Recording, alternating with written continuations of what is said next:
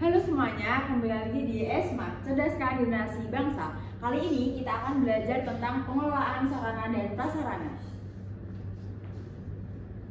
Nah, pengelolaan sarana dan prasarana adalah proses perencanaan, pengadaan, penggunaan, pemeliharaan, dan penghapusan fasilitas serta infrastruktur yang mendukung berbagai kegiatan dalam suatu organisasi, institusi, dan atau perusahaan. Nah, tujuannya adalah untuk memastikan bahwa sarana, yaitu alat, peralatan, dan fasilitas, serta prasarana, infrastruktur, bangunan, dan jalan yang ada dapat digunakan secara efektif dan efisien, sehingga mendukung pencapaian tujuan organisasi. Perencanaan. Nah, perencanaan sendiri merupakan langkah pertama yang perlu diperhatikan dengan teliti dan cermat. Perencanaan merupakan kegiatan yang menggambarkan proses perincian rancangan, pembelian, pengadaan, rehabilitasi, distribusi atau pembuatan peralatan dan perlengkapan sesuai dengan kebutuhan menurut Islamiyah dan Munas TV pada tahun 2022. Dengan perencanaan yang baik, organisasi dapat meningkatkan efisiensi dan mencapai tujuan mereka. Selanjutnya, analisis kebutuhan. Nah, identifikasi kebutuhan merupakan langkah awal pada perencanaan, yaitu mengidentifikasi jenis sarana dan prasarana apa saja yang dibutuhkan untuk mendukung kegiatan operasional. Kebutuhan ini bisa berdasarkan perubahan rencana strategis, pertumbuhan organisasi, atau perkembangan teknologi. Penentuan prioritas setelah kebutuhan diidentifikasi, selanjutnya adalah menentukan prioritas sarana dan prasarana berdasarkan tingkat urgensi, pentingnya fungsi, dan juga ketersediaan dana. Yang selanjutnya ada kajian kapasitas dan ketersediaan. Evaluasi sarana yang ada, yaitu periksa kondisi sarana dan prasarana yang ada pada saat ini. Apakah masih dapat digunakan atau perlu ditingkatkan, diperbaiki, ataupun diganti. Evaluasi ini melibatkan pengecekan kapasitas, kondisi fisik, dan juga performa operasional. Nah, selanjutnya ada gap analisis, yaitu membandingkan antara sarana yang ada dengan kebutuhan masa depan untuk mengetahui gap ataupun kekurangan, sehingga bisa dipetakan area mana yang memerlukan tambahan ataupun pengembangan. Selanjutnya ada perencanaan anggaran. Estimasi biaya, yaitu setiap kebutuhan sarana dan prasarana harus dianggarkan dengan estimasi biaya yang realistis, mencakup pengadaan, pemeliharaan, operasional, dan kemungkinan biaya penggantian di masa depan. Penganggaran jangka pendek dan jangka panjang dibuat anggaran untuk kebutuhan jangka pendek dan jangka panjang agar organisasi dapat mengelola dana dengan efisien. Selanjutnya ada penjadwalan pengadaan. Yang pertama harus menentukan rencana pengadaan, yaitu dengan membuat jadwal pengadaan sarana dan prasarana sesuai prioritas yang telah ditetapkan. Perencanaan ini harus memperhitungkan waktu pemesanan, pengiriman, pemasangan, serta penyesuaian atau pelatihan pengguna. Selanjutnya yaitu dengan mengelola proyek. Jika pengadaan melibatkan proyek konstruksi seperti pembangunan gedung ataupun fasilitas besar, perlu disusun rencana proyek yang jelas dengan target waktu dan milestones yang dapat diukur. Selanjutnya ada penyesuaian dengan standar dan regulasi. Kepatuhan hukum dan standar keselamatan harus dipastikan bahwa perencanaan sarana dan prasarana itu sesuai dengan regulasi pemerintah, standar keselamatan kerja, serta peraturan lingkungan. Hal ini penting untuk menghindari masalah hukum di kemudian hari. Selanjutnya yaitu terkait dengan sertifikasi dan izin. Beberapa fasilitas atau prasarana memerlukan izin khusus atau sertifikasi dari otoritas yang berwenang sebelum bisa digunakan. Nah, rencana ini harus dimasukkan dalam proses pengadaan. Selanjutnya ada perencanaan pemeliharaan.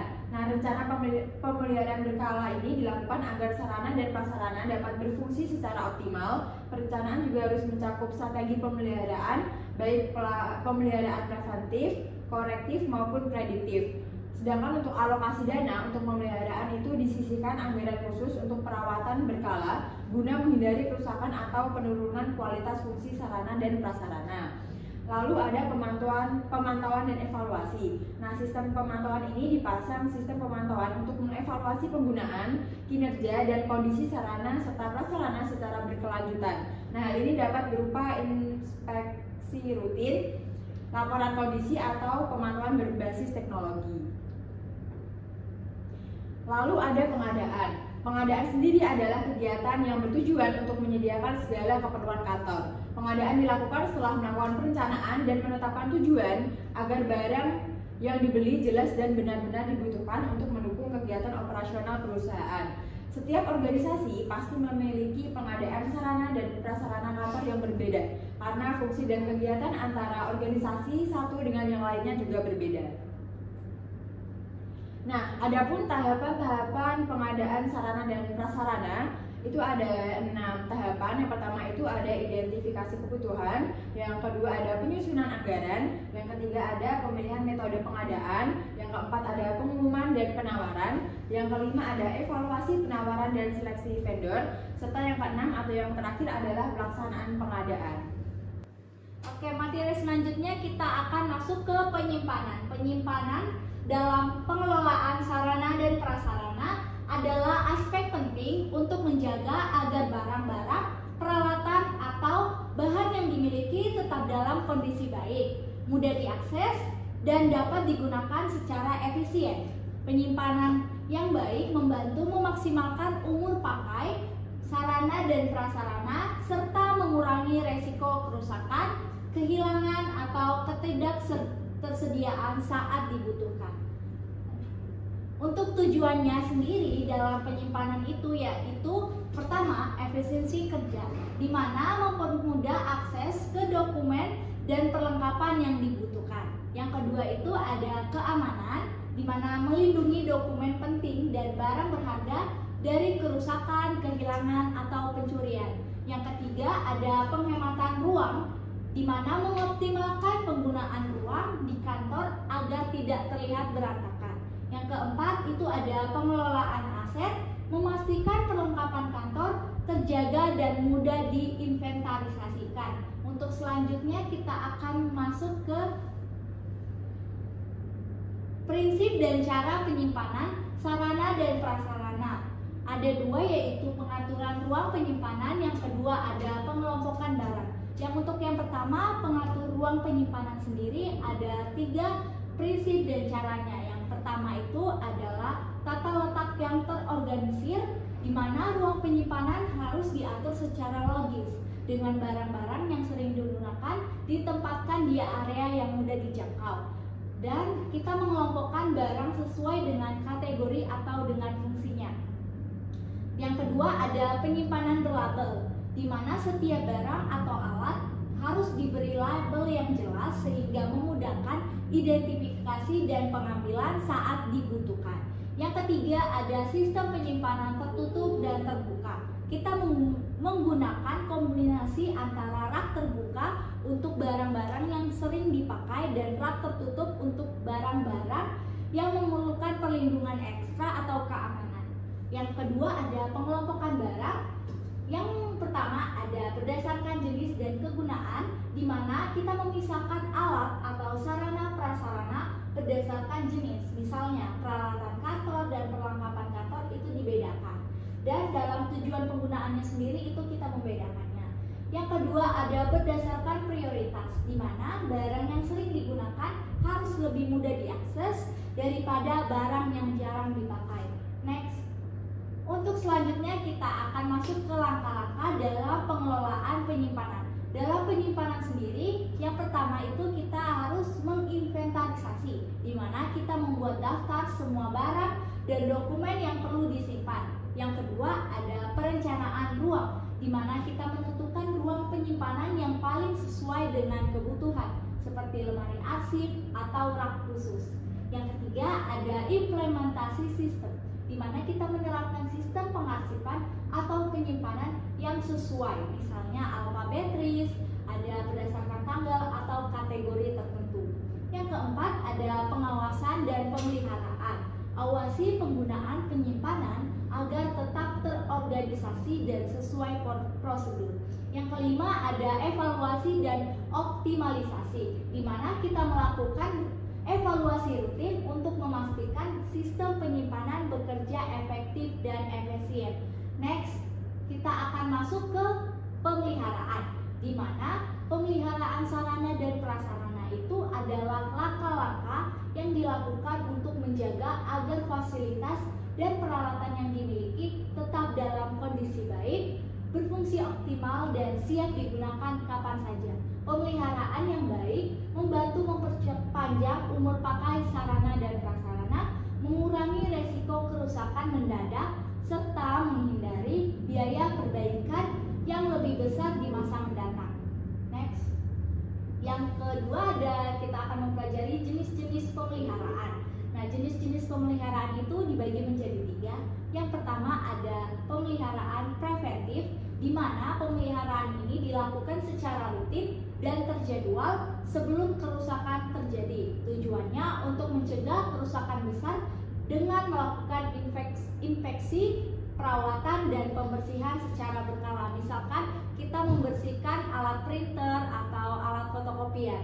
Nah, yang selanjutnya ada pemeliharaan korektif, di mana pemeliharaan ini dilakukan ketika terjadi kerusakan atau gangguan pada sarana dan prasarana. Prosesnya mencakup perbaikan atau penggantian bagian yang rusak agar fungsi normal bisa dipulihkan. Yang ketiga dan yang terakhir yaitu pemeliharaan prediktif, di mana melibatkan pemantauan kondisi alat atau prasarana secara berkala untuk mendeteksi tanda-tanda awal kerusakan. Tujuannya untuk mencegah kerusakan yang lebih besar dengan mengganti atau memperbaiki sebelum alat-alat tersebut benar-benar rusak dan tidak bisa dipakai. Teknologi seperti sensor atau alat pemantau sering digunakan dalam pendekatan ini. Next. Untuk langkah-langkah pemeliharaan sendiri itu ada 4. Yang pertama, kita mengidentifikasi kebutuhan pemeliharaan, di mana di identifikasi ini kita membuat daftar semua sarana prasarana yang ada di kantor kita. Yang kedua ada tentukan prioritas perawatan berdasarkan tingkat urgensi dari setiap peralatan dan perlengkapan.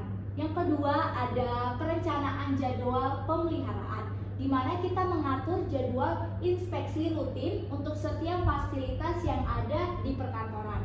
Yang kedua ada pastikan jadwal tidak mengganggu aktivitas kerja dari pegawai. Yang ketiga ada pelaksanaan pemeliharaan, di mana kita melakukan sesuai prosedur yang telah ditetapkan dan kita menggunakan alat dan bahan yang sesuai. Dan yang terakhir yaitu evaluasi dan pencatatan hasil, di mana kita mencatat setiap kegiatan pemeliharaan yang dilakukan dan lakukan evaluasi untuk meningkatkan kualitas pemeliharaan. Next. Oke, untuk materi selanjutnya dijelaskan Tido. Materi selanjutnya pengertian penghapusan sarana prasarana. Penghapusan sarana dan prasarana merupakan bagian dari manajemen aset yang bertujuan untuk mengelola fasilitas yang sudah tidak layak pakai, rusak berat, atau tidak dibutuhkan lagi. Penghapusan tersebut dilakukan melalui prosedur formal, baik di lingkungan sekolah, kantor, maupun lembaga lainnya.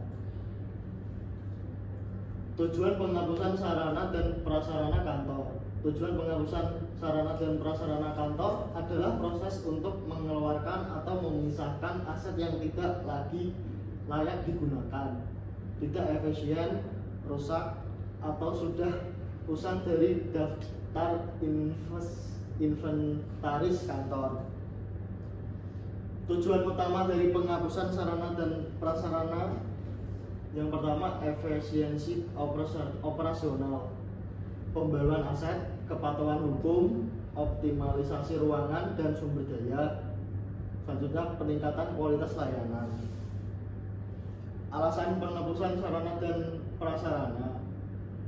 Yang pertama, barang rusak berat. Yang kedua, kehabisan masa pakai. Selanjutnya, usang secara teknologi. Selanjutnya, tidak diperlukan lagi. Yang terakhir, perubahan standar atau regulasi. Selanjutnya, proses penghapusan sarana dan prasarana. Proses penghapusan sarana dan prasarana kantor merupakan serangkaian kegiatan yang dilakukan untuk menghilangkan aset-aset fisik kantor, sarana dan prasarana dari daftar inventaris karena sudah tidak layak digunakan, tidak memenuhi kebutuhan organisasi, rusak, atau habis masa pakainya. Yang pertama ada identifikasi aset, evaluasi, persetujuan, metode penghapusan, dan pencatatan. Contoh penghapusan sarana dan prasarana kantor. Pemusnahan. Pemusnahan dilakukan terhadap aset yang sudah tidak dapat digunakan lagi dan tidak memiliki nilai jual. Yang kedua, penjualan.